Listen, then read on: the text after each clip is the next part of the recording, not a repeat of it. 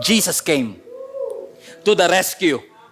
And God said, I am the way, I am the truth, and I am the life. No one comes to the Father except through me. So my friends, receive God's salvation. That salvation is not a goal. That salvation is not something that you have to achieve. It is a gift that you need to receive.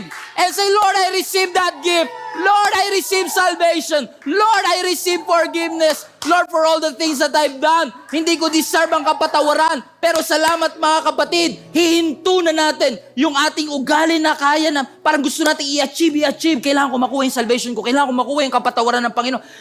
That forgiveness and that salvation is not a goal to be achieved. It is a gift to be received. Tanggapin mo ang kapatawaran ng ating Panginoon. Tanggapin mo ang grace ng ating Panginoon. Tanggapin mo ang pagpapatawad ng Diyos, mga kapatid, and you will realize